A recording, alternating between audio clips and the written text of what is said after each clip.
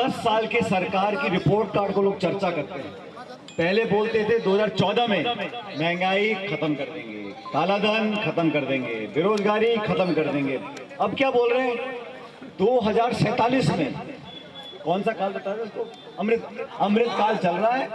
और 2047 में, अरे भाई 10 साल का समय जनता ने दिया और पूरा बहुमत देके बीजेपी की सरकार बनी थी।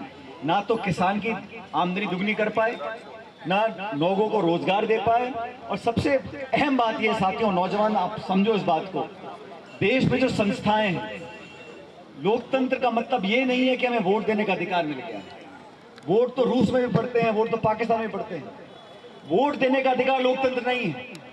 इस देश में जो संस्थाएं हैं, उन संस्थाओं की विश्वसनीयता बनी रहे, कोर्ट कचहरी की, निर्वाचन आयोग की, ऐसी संस्थाएं जो संवैधानिक संस्थाएं हैं, उनकी स्वायत्तता, उनकी पारदर्शिता, उनकी विश्वसनीयता बनी रहती है, तभी लोकतंत्र कायम है, लोकतंत्र मजबूत है।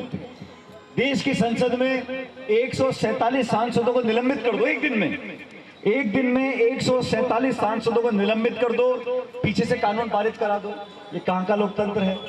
कांग्रेस पार्टी विपक्ष में जरूर है, लेकिन सबसे बड़ी पार्टी देश में विपक्ष की पार्टी है। कांग्रेस के खातों को सीज कर दो। 1994 का कोई नोटिस आया था इनकम टैक्स का, उसका बहाना लेके कांग्रेस के खाते बंद कर दिए। चुनाव के दौरान आचार संहिता का उल्लंघन हो रहा है, मुख्यमंत्रियों को जेल में डाल रहे हैं। ये तो हाल 300 पार का है, और कहीं 400 पार हो गया तो क्या होगा? ये अहंकार और घमंड इतना है साथियों, चुनाव में हार जीत होती रहती है। हम हार को भी स्वीकार करते हैं, जीत को भी स्वीकार करते हैं, लेकिन विपक्ष मुक्त बना देना, कांग्रेस मुक्त बना देना, नेताओं को डरा धमका के साथ जोड़ लेना, इनकम टैक्स को, ईडी को, सीबीआई को, सबका दुरुपयोग करो, देश में ऐसा माहौल बने।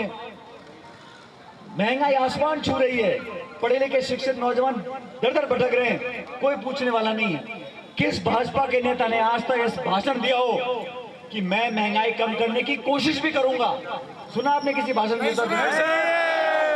कोई मतलब नहीं है। आप बोलो महंगाई बढ़ गई, बेरोजगारी बढ़ गई, उद्योग बंद हो रहे हैं, वो कहते हैं मंदिर बन गया, मस्जिद की बात कर लो, हिंदू की, मुसलमान की, हिंदुस्तान की, पाकिस्तान की, लेकिन खाद, बीज, तेल, पानी, हमारी पार्टी ने घोषणा करी है सरकार बनेगी तो एमएसपी फसल की खरीद होती है। मेरे किसान परिवार के बहुत लड़के बैठे हैं, देख रहे हैं, फसल खरीद पे कानून बनाना हमने घोषणा करी है।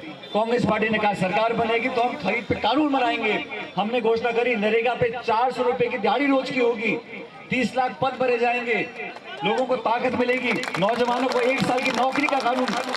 ये कहने की बातें हैं, जब हमारी सरकार थी आप सब जानते हो, इस देश में सरकार पहले भी थी, कांग्रेस की, गैर कांग्रेस की, किस सरकार ने रोजगार का कानून बनाया? ये नरेगा को आप भूल जाते हैं, लेकिन नरेगा का कानून कांग्रेस सरकार ने बनाया था।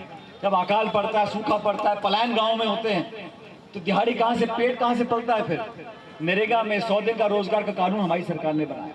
आज कांग्रेस पार्टी बोलती है शिक्षित बेरोजगारों को कि 1 साल की नौकरी, पहली नौकरी पक्की का वादा कांग्रेस पार्टी ने किया। बीजेपी के वादे सुनो आप, 2047 में फलाना कर देंगे, ढिमकाना कर देंगे। अरे तुमने बाप ने 10 साल में क्या किया पहले बताओ मेरे को। 10 साल सरकार रही, तो मेरा आपसे निवेदन है, ये चुनाव देश के चुनाव है, सरकार हम नहीं बना पाए राजस्थान में, उस बात का खेद हमें, और दुर्भाग्य से 30 साल से यही हो रहा है। हम सरकार बनाते हैं, 5 साल फिर उतर जाते हैं, फिर सरकार बनाते हैं, फिर उतर जाते हैं। लेकिन ये देश के चुनाव है, और जैसा मंच पे भी बैरवा साहब ने कहा, सोलंकी जी ने कहा, हम सब मिलकर आज छोड़ दें मेरे मन में क्या है, तुम्हारे मन में क्या। आज देश का, लोकतंत्र का, भविष्य का सवाल है। और मैं तो चाकसू के साथियों से बोलना चाहता हूं, पिछले चुनाव में हमारी बहन सविता जी को पार्टी ने टिकट दिया था।